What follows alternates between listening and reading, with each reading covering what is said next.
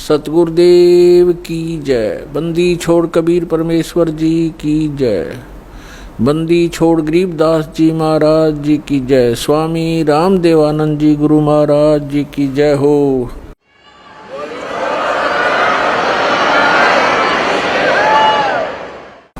गरीब नमो नमो सतपुरुष को नमस्कार। गुरु के नहीं सुर नर मुनि जन साधुआ संतों सर्वसदी नहीं। सतगुरु साहेब संत सब डंडो तम प्रणाम। आगे पीछे मध्य हुए तिनको जा कुर्बान।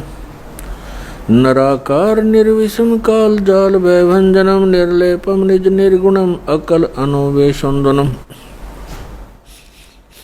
सोहम सुरति समापतम सकल समाना निर्तलय उज्ज्वल हिरंबर हरदमम बेपरवा अथा है वार पार नहीं मध्यतम। ग्रीब जो सुमर सिद्ध होई गणनायक गलता ना करो अनुग्रह सोई पारस पद परवाना। आदि गणेश मनाऊं गणनायक देवन देवा चरण कमल लो लाऊं आदंत करूं सेवा। परम शक्ति संगीतम रिद्धि सिद्धिदाता सोई अवगत गुण अतीतम सत्य पुरुष निर्मोही। जगदम्बा जगदीशम मंगल रूप मुरारी तन मन अर्पों शेषम भक्ति मुक्ति भंडारी। सुर नर मुनि जन ध्यावे ब्रह्मा विष्णु महेशा शेष शेष मुख गावे पूज्य आदि गणेशा।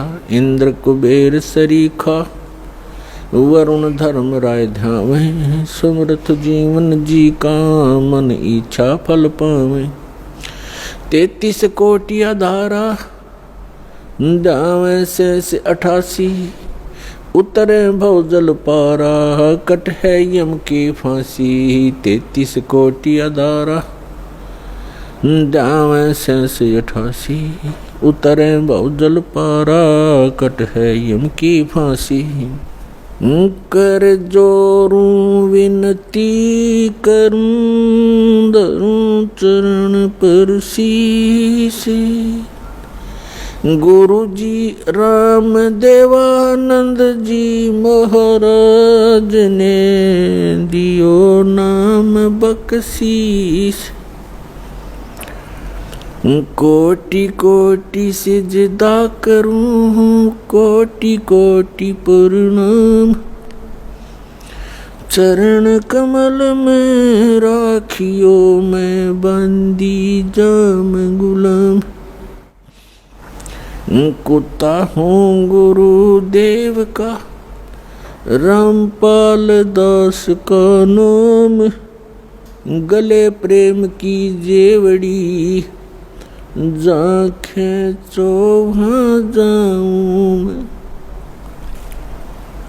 तो करो तो बावड़ू दूर दूर करो तो जाऊं। जो राखो त्यों ही रहूं जो देवो सो खाऊं। जय इब के सतगुरु मिले सब दुख आँखों रोए। चरणों ऊपर शीश धरूं कहूँ जो कहीं हो।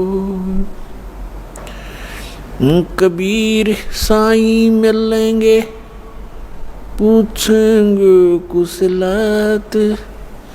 आदि अंत की सब कहूँ अपने दिल की बात। गुरु जी तुम ना भूलियो चाहे लाख लोग मिल जाएं। हम जैसे तुमको बहुत हैं तुम जैसे हमको नहीं। राम नाम रटते रहो जब तक घट में प्राण। कभू तो दीन दयाल के भनक पड़ेगी कौन। परमपिता परमात्मा पूर्ण ब्रह्म सारी सृष्टि के रचनहार कुल मालिक कबीर जी की असीम रजा से आप सभी पुण्यात्माएं सत्संग सुनने के लिए उपस्थित हुए।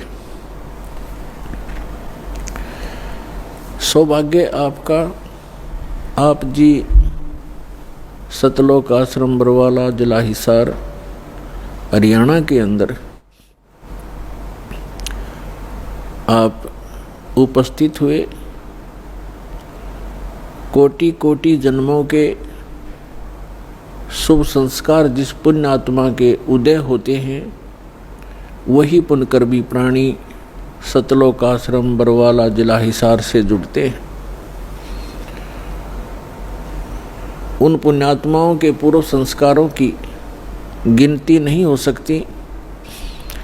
परमेश्वर कबीर जी हम सभी आत्माओं को यथार्थ ज्ञान कराने के लिए आते हैं और वो ज्ञान वो अपने मुख कमल से स्वयं बोलते हैं। उसको श्रीमद् भगवत गीता अध्याय नंबर 4 के श्लोक नंबर 32 में कहा है कि सच्चिदानंद घन ब्रह्म की वाणी में ब्रह्मण मुखे, ब्रह्मण मुखे का अर्थ है सच्चिदानंद घन ब्रह्म की वाणी में धार्मिक अनुष्ठानों की जानकारी विस्तार से कही गई है। और उस अमर वाणी को, तत्व ज्ञान को जानने के पश्चात प्राणी पूर्ण रूप से मोक्ष प्राप्ति कर लेता है। चौथे अध्याय के 34वें श्लोक में बताया है कि उस तत्व ज्ञान को जो सच्चिदानंद घन ब्रह्म अर्थात परम अक्षर ब्रह्म पूर्ण परमात्मा सत्य पुरुष स्वयं आकर के अपने मुख कमल से जो ज्ञान देता है वो तत्व ज्ञान है। उस तत्व ज्ञान को तू तत्वदर्शी संतों के पास जाकर समझ, उनको दंडवत प्रणाम करने से और निष्कपट भाव से सरलता से प्रसन्न करने से वो तत्वदर्शी संत तुझे उस तत्व ज्ञान का उपदेश करेंगे। इससे एक बात तो ये सिद्ध हो गई है कि गीता ज्ञानदाता ये सच्चिदानंद घन ब्रह्म नहीं है, ये परम अक्षर ब्रह्म नहीं है, ये कंप्लीट गॉड नहीं है। और दूसरी बात ये सिद्ध हो गई है कि गीता जी का ज्ञान इनकम्प्लीट है, ये कंप्लीट नहीं है। क्योंकि गीता ज्ञानदाता स्वयं कहता है कि कोई तत्व ज्ञान है और वो गीता से हटकर है। यदि गीता के अंदर ही वो ज्ञान होता तो वो लिख बोल देता कि गीता अध्याय नंबर फलाने में आप उस ज्ञान को पढ़ो, वो तत्व ज्ञान है। उसने स्पष्ट किया गीता ज्ञानदाता ने कि कोई और ज्ञान है जो गीता का ज्ञान मैं दे रहा हूँ उसे हटकर है और वो कंप्लीट ज्ञान है, कंप्लीट स्पिरिचुअल नॉलेज है। और तीसरा कंसेप्ट ये क्लियर हो गया कि गीता ज्ञानदाता भी उस तत्व ज्ञान से परिचित नहीं है। इसलिए उसने तत्वदर्शी संतों के पास जाकर तत्व ज्ञान को समझने के लिए अर्जुन को कहा है। तो वो तत्वदर्शी संत पुण्यात्माओं ये दास है रामपाल दास, वो तत्वदर्शी संत है जिस ज्ञान का श्री ब्रह्मा श्री विष्णु श्री शिव जी को ज्ञान नहीं, देवी को ज्ञान नहीं, गीता ज्ञानदाता इस सर्वपुरुष ब्रह्म को ज्ञान नहीं। वो ज्ञान परमेश्वर ने अपनी अमृत वाणी में कबीर वाणी में लिखा हुआ है और कबीर पंथी भी उस ज्ञान को समझ नहीं सके। सच्चिदानंद घन ब्रह्म की वाणी सूक्ष्म वेद कहलाता है। वो सूक्ष्म वेद को जो कबीर पंथी कहलाते हैं वो भी नहीं समझ सके, क्योंकि वेदों का समझना ये जनसाधारण की सतर की बात नहीं है। गुरु बिन काहू न पाया ज्ञान, जो थोथा भुस छड़े मूड किसान। गुरु बिन वेद पढ़े जो प्राणी, समझे न सार रह अज्ञानी। क्योंकि गुरु के बिना वेदों को समझा नहीं जा सकता और गुरु के बिना जो वेद पढ़ते हैं उनको निष्कर्ष पता लगता नहीं, सारांश से परिचित नहीं हो पाते। इसलिए उनका प्रयत्न ऐसा है जैसे कोई मूढ़ किसान भूस को कूट कर उससे कनक प्राप्ति का प्रयत्न कर रहा हो। जैसे धान की पराली पड़ी हो कहीं पर और उस पराली को कोई कूट रहा हो और उससे कोई पूछे क्या कर रहा है, कि धान निकाल रहा हूं, तो उसका व्यर्थ प्रयत्न है। वो बुद्धिमान व्यक्ति नहीं है, या तो शराब के नशे में या कति मेंटल है। तो इसी प्रकार बताया है कि वेदों का गुरु के बिना पढ़ना, ये नकली गुरुओं से भी वेद नहीं पढ़े जा सकते। आज तक के जितने ऋषि महर्षि हुए ये सारे नकली गुरु थे, ये गुरु नहीं थे। इनको अध्यात्म ज्ञान शून्य था इनका। गुरु स्वयं परमात्मा आते हैं। तुम साहेब तुम संत हो, तुम सतगुरु तुम हंस, गरीब दास तेरे रूप बिन और न दूजा अंश। आदरणीय स्वामी रामानंद जी ने जब परमात्मा को सचखंड सतलोक यथास्थान पर देखा और फिर उसको यहाँ पर भी बनारस में भी देखा, काशी में देखा उस कबीर भगवान को, तब कहा था दोहू ठोर है एक तू और भया एक से दो। गरीबदास जी चित्रण कर रहे हैं जैसे तुलसीदास जी ने रामायण को चित्रण किया। गरीबदास हम कारणे तुम आए हो मगजो।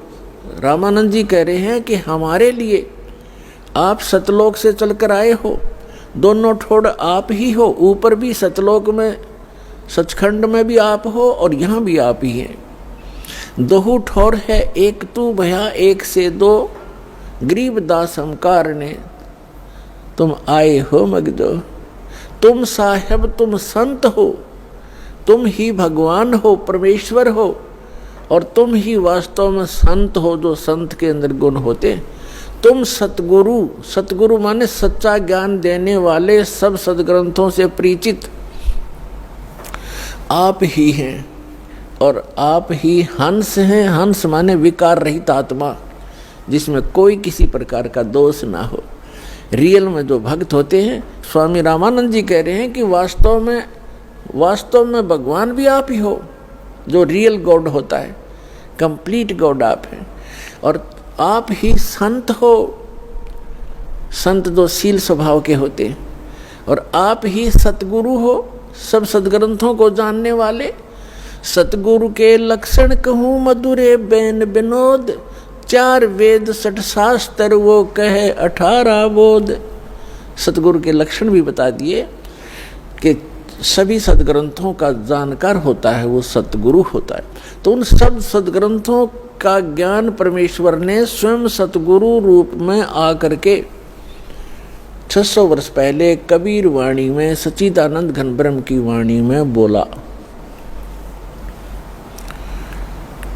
तो यहाँ बताया है कि वो परमात्मा स्वयं आकर ही अपना ज्ञान बताते हैं, वो वास्तव में गुरु होते हैं और उनके द्वारा बोली गई अमृतवाणी लिपिबद्ध की जाती है। वो सूक्ष्म वेद है, सच्चिदानंद घन ब्रह्म की वाणी है, वो कबीर वाणी है। उस सूक्ष्म वेद को कबीरपंथी नहीं समझ सके। अन्य समाज तो कोसों दूर है उनके विधान और परमात्मा के ज्ञान से, लेकिन जो कबीरपंथी कहलाते थे ये नकली हैं सारे, क्योंकि इनके पास कबीर साहब का यथार्थ ज्ञान नहीं, इनके पास यथार्थ भक्ति विधि नहीं। तो इसलिए उसके पश्चात परमात्मा स्वयं फिर अन्य महापुरुषों को भी मिले अपना साक्षी बनाने के लिए कि कबीर इज गॉड। पुण्यात्माओं, परमात्मा का जो ज्ञान है परमात्मा ही करा सकता है। जीव अपनी शक्ति बल से या अपने अभ्यास प्रयत्न से परमात्मा को नहीं जान सकता। अगर ये जान सके होते तो हजारों वर्ष इन्होंने समाधि मेडिटेशन करके देख लिए। अब जो 2.5 घंटे सुबह 2.5 घंटे शाम भक्ति करके मोक्ष का दावा करते हैं वो खोखला दावा उनका।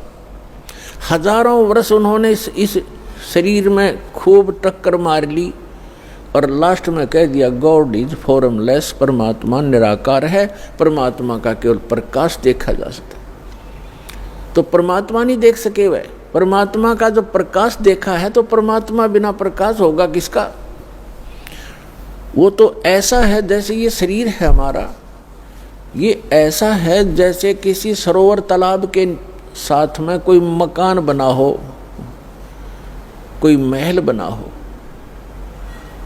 और उस सूर्य का प्रकाश उस सरोवर के जल से रिफ्लेक्ट होकर, प्रतिबिंब होकर के, और उस मकान की किसी छत पर लग रहा हो, तो वहाँ उसका प्रकाश तो सूर्य का है, लेकिन वो सूर्य नहीं है।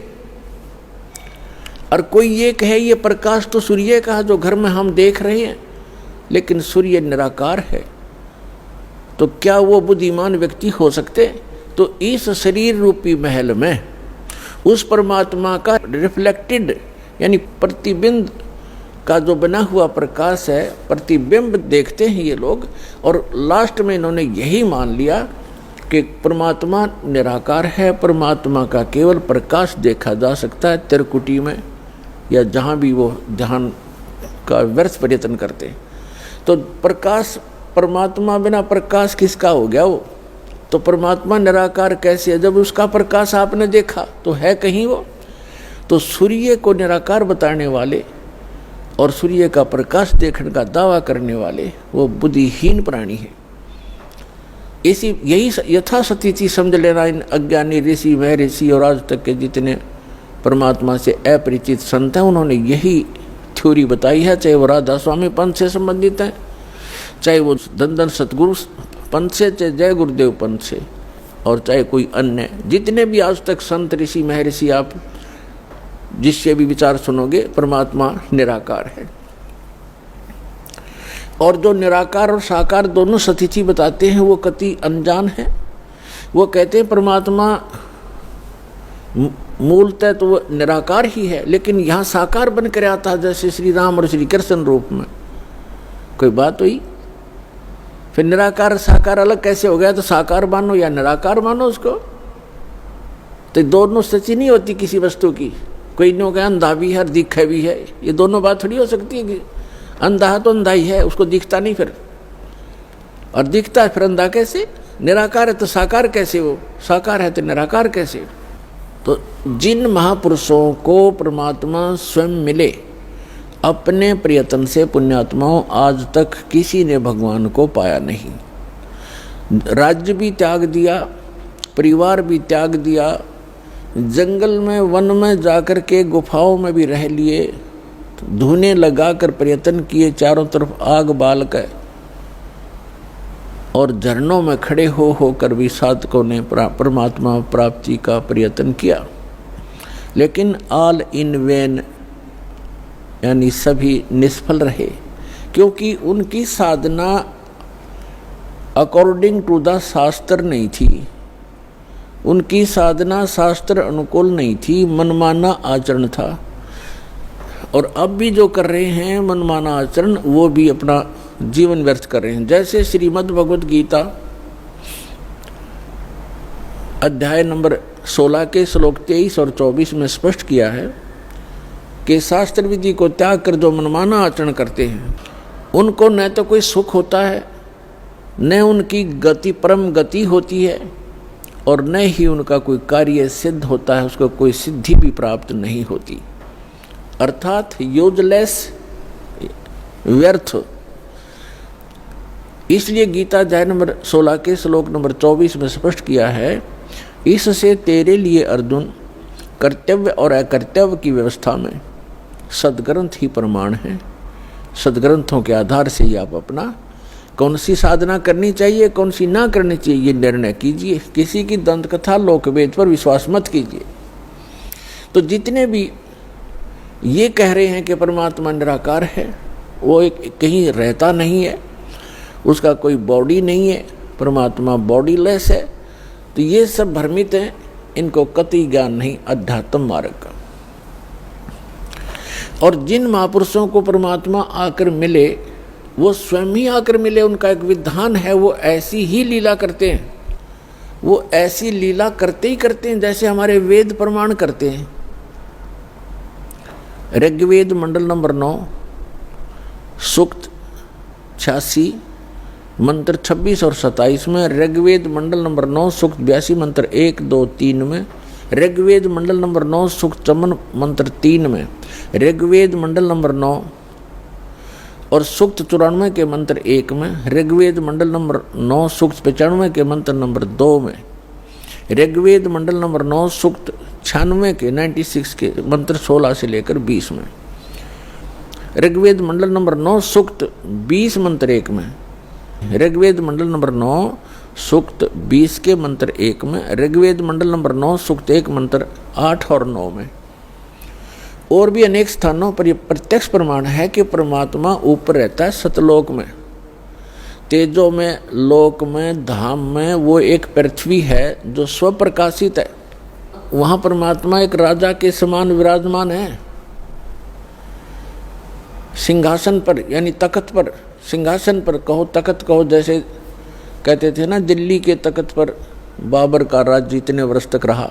तख्त माने सिंहासन, गद्दी। तो अनंत कोट ब्रह्मांड के कंट्रोलर के सिंहासन यानी तख्त पर वो परमात्मा राजा के समान विराजमान है और वहाँ से गति करके आते हैं, अच्छी आत्माओं को मिलते हैं और उनको यथार्थ ज्ञान कराते हैं, अपने से परिचित कराते हैं। वो लीला कबीर परमात्मा ने, अल्लाहु अकबर ने, सच्चिदानंद घन ब्रह्म ने की है, जो काशी में 120 वर्ष तक जुलाहे की लीला करके सहस्री आए थे, सहस्री चले गए।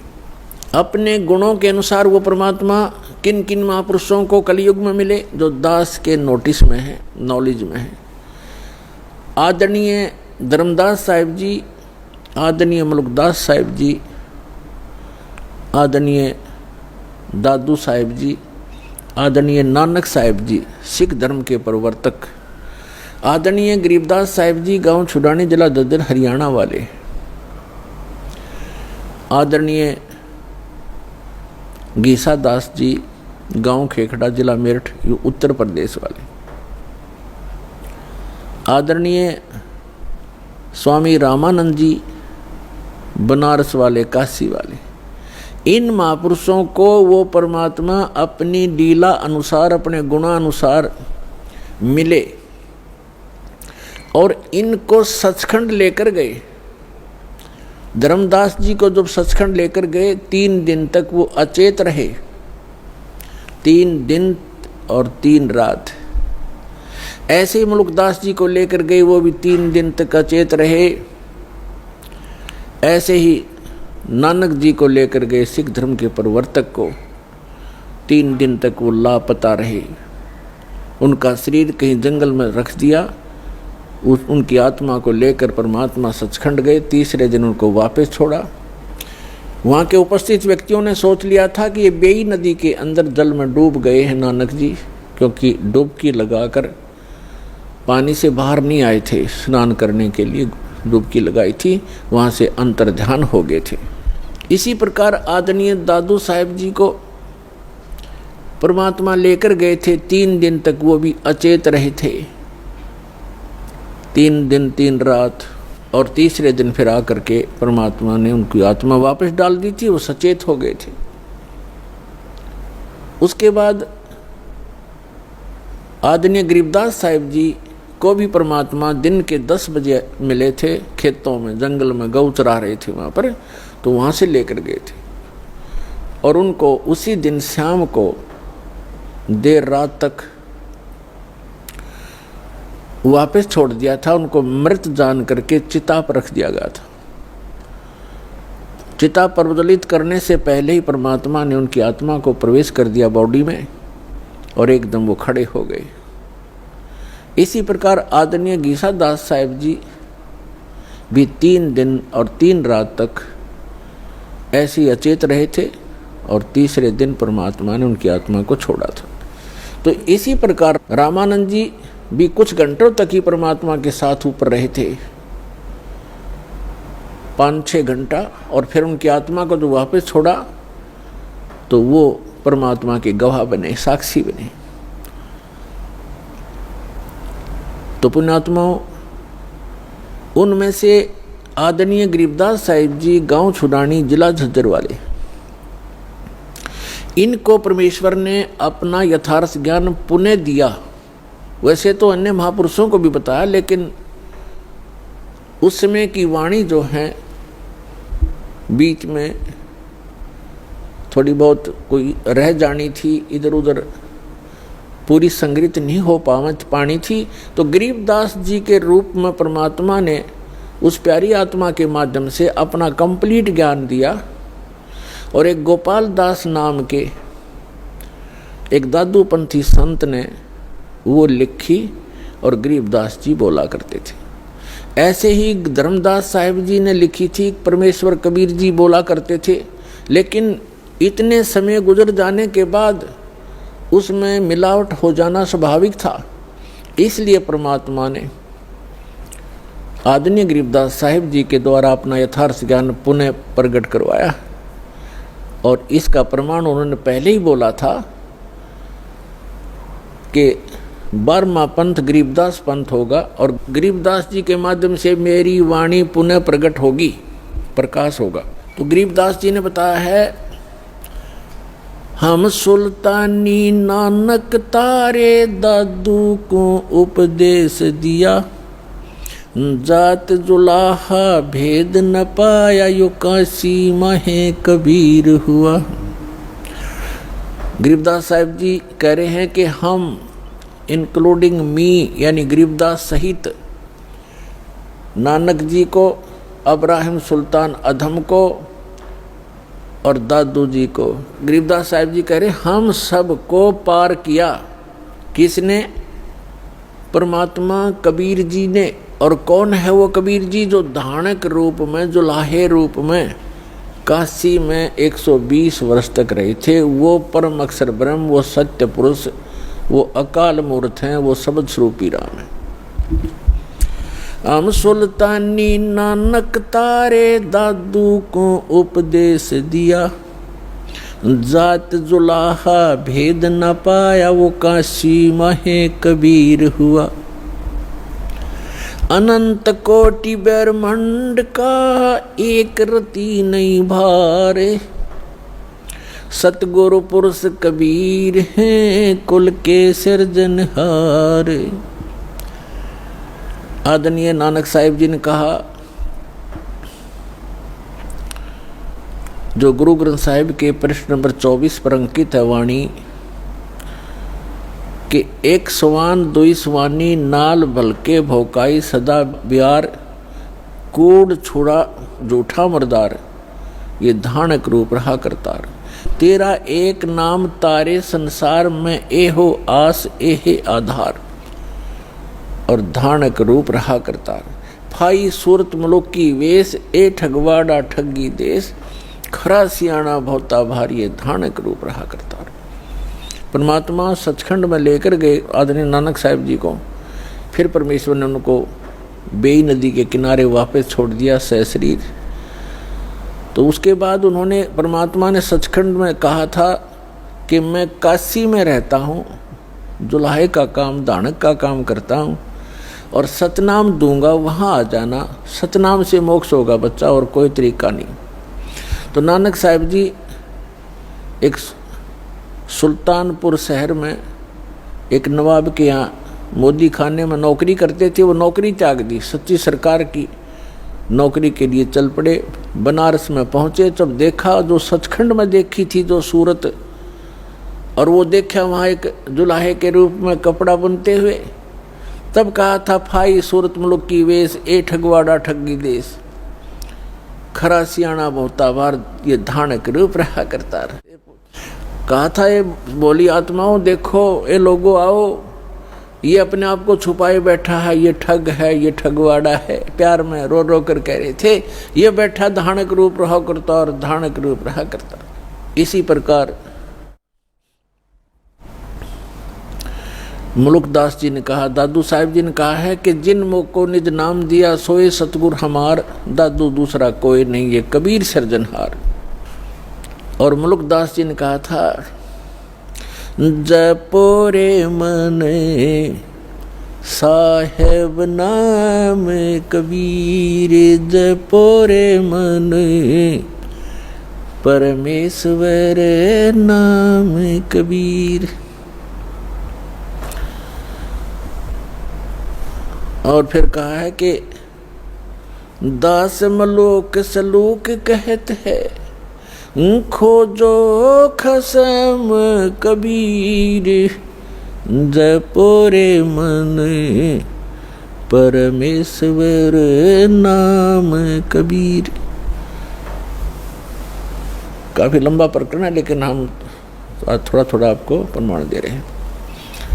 और आदरणीय धर्मदास जी ने कहा है, आज मोहे दर्शन दियो जी कबीर, आज मोहे दर्शन दियो जी कबीर, सत्यलोक से चल कर आए, सत्यलोक से चल कर आए, काटन काल की जंजीर, आज मोहे दर्शन दियो जी कबीर, आज मोहे दियो जी कबीर। तो ऐसे इन महापुरुषों ने परमात्मा के गुणगान किए। और गरीबदास साहिब जी कहते हैं, अनंत कोट ब्रह्मांड का एक रति नहीं भार, और सतगुरु पुरुष कबीर हैं ये कुल के सृजनार। गरीबदास साहिब जी ने अपनी अमृतवाणी में परमात्मा की महिमा और हमें जो भगवान ने यहाँ क्रिया करने के संकेत दिए हैं, आदेश दिए हैं, वो वर्णन किया है, सुनाते हैं। क्या बताते हैं? कस्तूरी नाम कबीर है ये बिन छेड़े मैं कंत,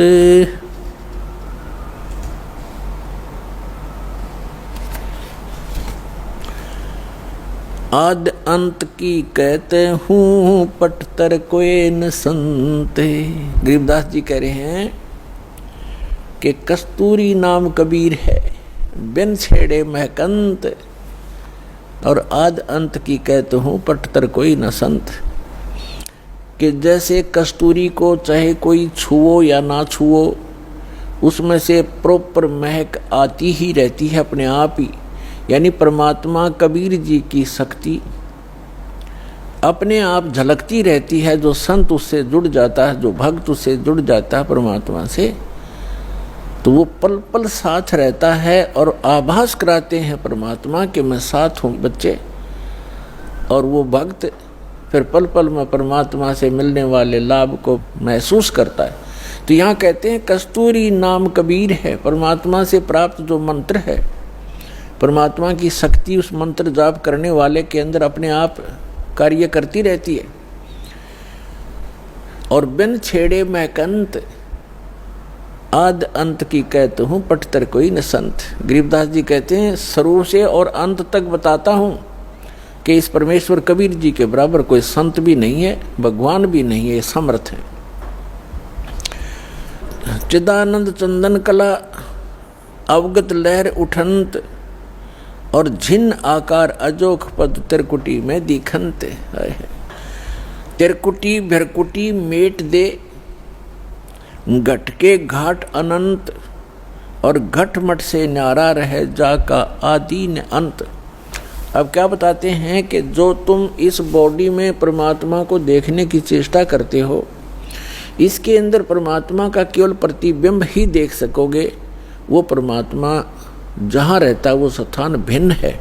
वहाँ जाने की विधि भी उस सूक्ष्म वेद में ही वर्णित है, अन्य किसी ग्रंथ में नहीं है। नैनो मद निरखत रहे अवगत नाम कबीरे, बेड़ा पार लगाए हूँ सुरत सरोवर तीरे। दो नैनों बिच कमल है उजल हिरंबर धामे, शेष सैंस पुन रटत हैं जिन्होंने पाया वो राम। सैंस 88 ना गए 2400 पर चोखे, 3300 पर तलब है, कोई बकरा कोई भूखे। 88 ना गए है, 2400 पर चोखे। 3300 पर तलब है, कोई बकरा कोई भूखे।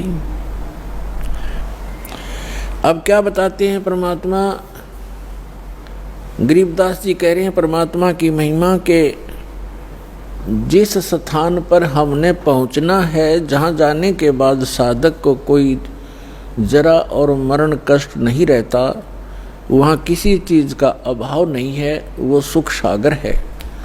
वहाँ जाने की जो साधना है वो या तो परमात्मा स्वयं आकर बताते हैं या उन महापुरुषों को प्राप्त थी जिनके विषय में दास ने अभी आपके सामने